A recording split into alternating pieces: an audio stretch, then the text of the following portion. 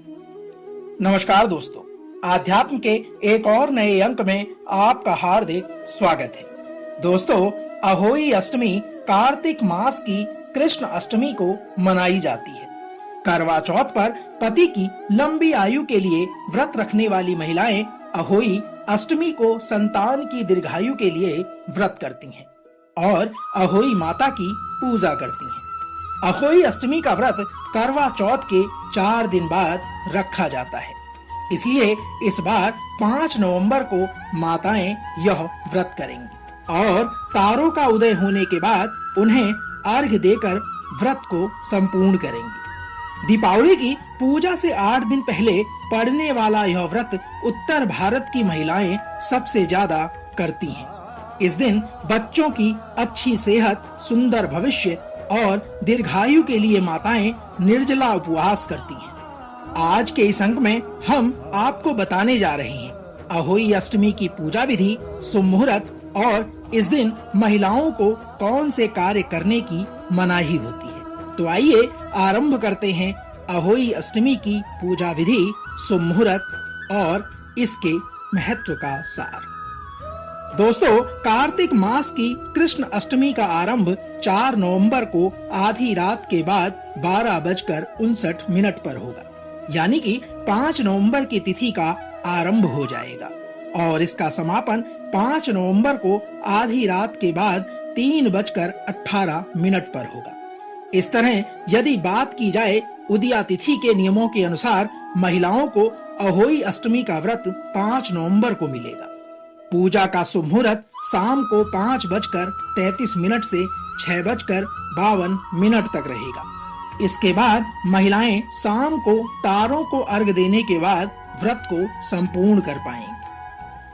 आइए जानते हैं अहोई अष्टमी पर क्या शुभ योग बन रहा है। अहोई अष्टमी पर इस बार स्वार्थ सिद्ध योग और रवि योग का शुभ संयोग बन रहा है। ऐसी मान्यता है कि इस शुभ योग में व्रत करने से महिलाओं को व्रत का संपूर्ण फल प्राप्त होता है और उनके बच्चे सदैव सुखी, संपन्न और दीर्घायु होते हैं। बच्चों की सभी इच्छाएं माता अहोई पूर्ण करती हैं और उन्हें एक सफल करियर प्रदान करती है। आइए अब जानते हैं अहोई अष्टमी की पूजा विधि के बारे में।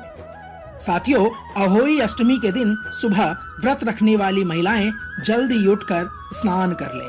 उसके बाद पूजा घर को गंगा जल छिड़ककर पवित्र कर लें। फिर शुभ दिशा देखकर दीवार पर अहोई माता का चित्र बना लें। यदि चित्र नहीं बना सकते तो बाजार से चित्र लाकर दीवार पर लगा दें। उसके बाद शाम को अहोई माता की पूजा करें और उन्हें हलवा पूरी का भोग लगाएं। फिर माता अहोई की व्रत कथा पढ़ें और तारों के निकलने की प्रतीक्षा करें। तारों को अर्घ्य देने के बाद इस व्रत का पारण करें।